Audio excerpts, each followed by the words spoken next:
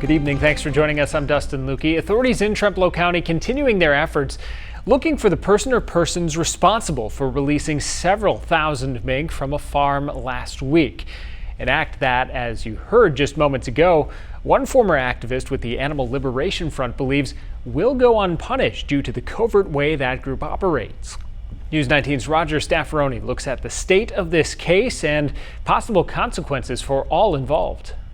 The suffering that they endure in these factory farms, laboratories, is so severe that illegal action is necessary to save them because there simply are no laws to protect these animals in most instances. That's what a former member of the Animal Liberation Front is saying. That's the same group that posted about last week's break-in at a mink farm in the town of Lincoln, releasing some 3,000 animals.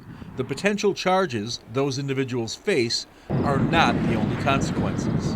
Well, the first consequence is probably if not all of them are caught, many of them won't survive very long.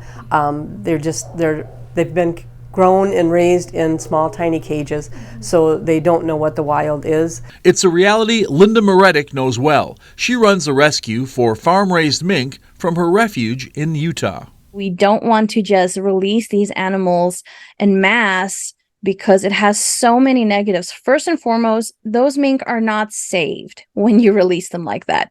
You have just signed their death sentence. Young sees it from a different perspective. Chances of death on a fur farm are 100%.